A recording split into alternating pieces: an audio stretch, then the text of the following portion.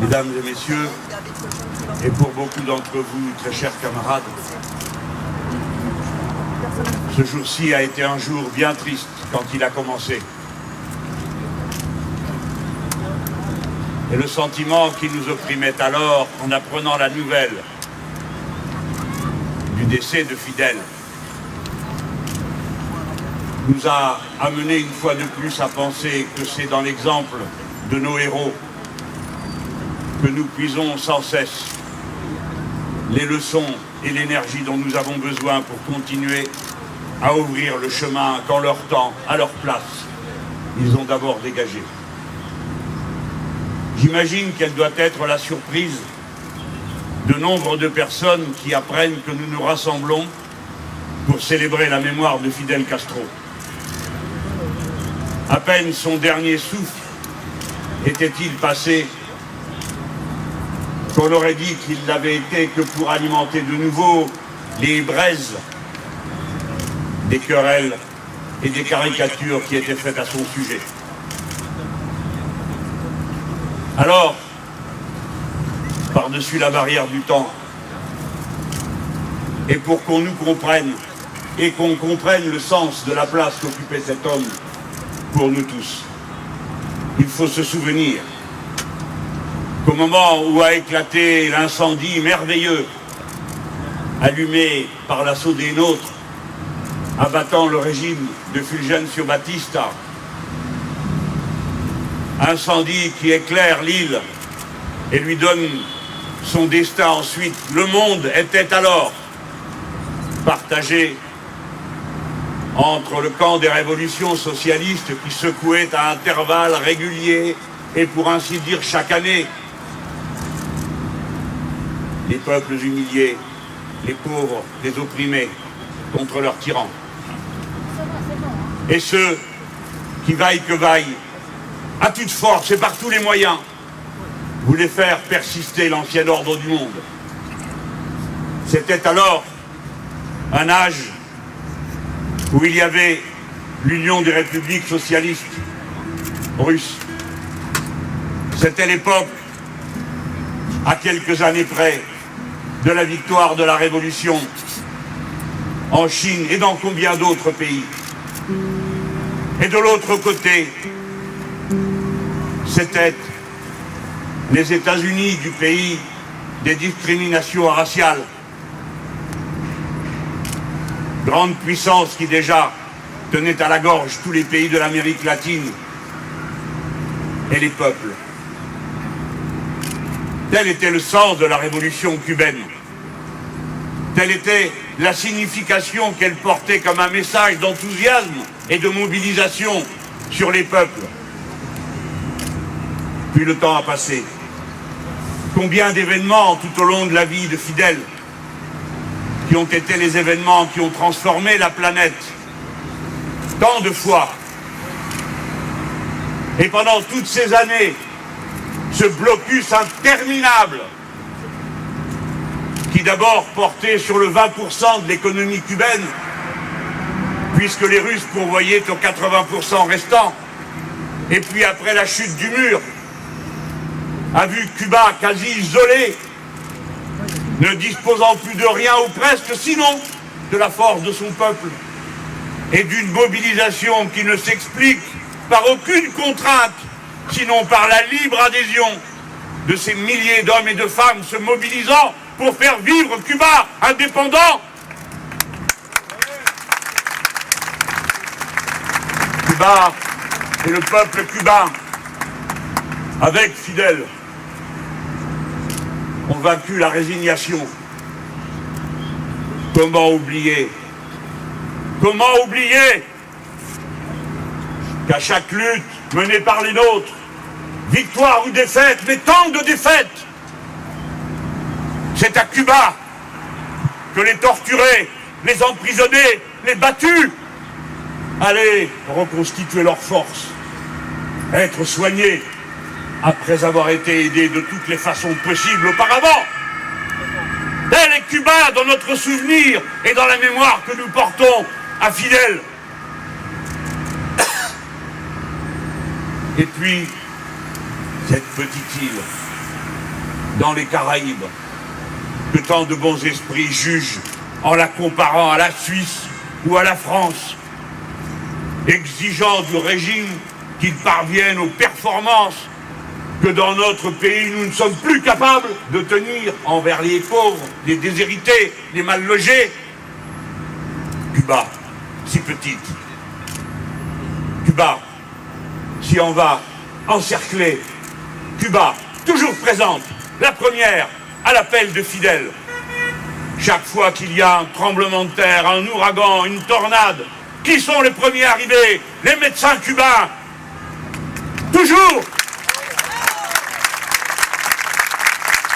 Cuba, Fidel. Quand enfin la vague démocratique a commencé à passer sur l'Amérique latine, alimentant la révolution bolivarienne, la révolution citoyenne de l'Équateur, Lula, Mujica, Kirchner, tantos. ¿De dónde salía el fuego? Sino de Cuba, por la mental y el corazón de Cuba.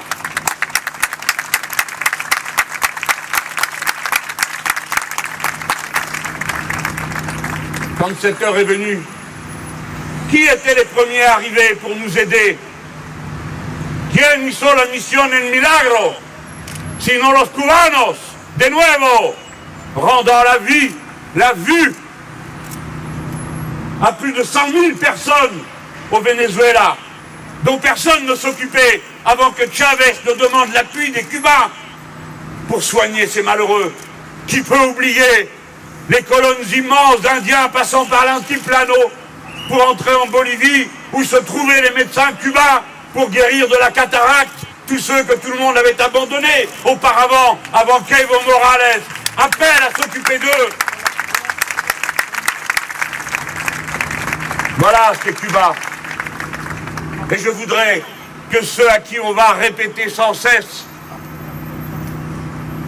tant de choses injustes à l'égard de Fidel, qu'ils se souviennent de tout cela, qu'ils comprennent pourquoi nous sommes ici, pourquoi nous nous rassemblons ce soir, pourquoi nous amenons des fleurs, pourquoi nous chantons des chansons, pourquoi nous avons le cœur brisé.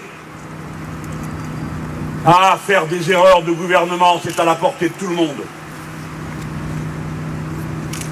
Survivre, mener la lutte jusqu'au bout, rester digne de la mission qui vous a été confiée, nonobstant 600 tentatives d'assassinat contre Fidel. Voilà ce qui n'est pas à la portée de tout le monde. Et telle est la grandeur particulière de Fidel.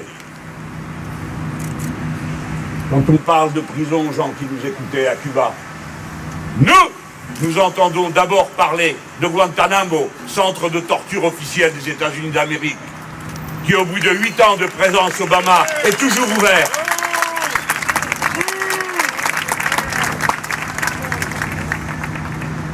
Bien sûr que vos dirigeants assassinent des gens ici ou là, qu'ils se laissent écouter par les États-Unis d'Amérique, n'a pas l'air d'en déranger tant. Mais avec Fidel, c'était cette autre vision du monde, de la résistance. Et il faut leur dire à tous ceux qui en parlent, en Amérique latine, que l'on soit de droite ou de gauche, tout le monde admire Fidel et Cuba indépendant. Parce que tout le monde sait que c'est Cuba qui a été le point d'appui de toutes les luttes d'indépendance, quelle qu'ait été la couleur des gouvernements.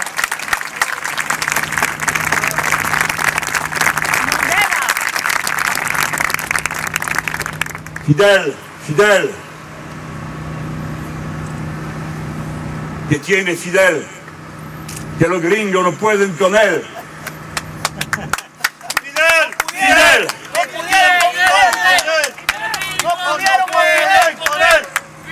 Fidel, Fidel, que s'est-il passé? Fidel a fait des erreurs, oui, Fidel a fait des erreurs. Tout le monde fait des erreurs, mais tout le monde n'est pas fidèle. Fidel Voici la cohorte des opprimés et des humiliés des 2 continents qui t'escortent dans ta dernière marche. Ceux de l'Amérique latine, intellectuels brillants, ouvriers et paysans martyrisés par les régimes de brutalité. Ceux de l'Afrique, pour laquelle aussi Cuba s'est dévoué. Fidèles, voici la cohorte qui avance dans la nuit. Voici Patrice Lumumba. Voici Thomas Sankara. Voici Salvador Allende. Voici les paysans, les Indiens, les travailleurs, les ouvriers de tous les pays qui regardent vers l'horizon où tu n'es plus, mais où tu t'avances avec ces ombres terribles. Fidèle, demain était une promesse aussi longtemps que tu étais là. Fidèle, Fidèle marche au ciel. Et voici l'épée de Bolivar qui marche devant lui. Alerte, alerte. Voici l'épée de Simon Bolivar qui marche sur l'Amérique latine. Alerte, alerte. Voici la liberté dont Fidèle était le serviteur qui marche devant nous. Et voici nos pas, fussent-ils lourds, fussent-ils inquiets, fussent-ils tristes, les pas de ceux qui marchent vers cet horizon d'une humanité libérée et qui acceptent parfois les erreurs qu'ils font pour se relever et aller plus loin sans cesse, sans jamais céder. Gloria Fidel! Gloria!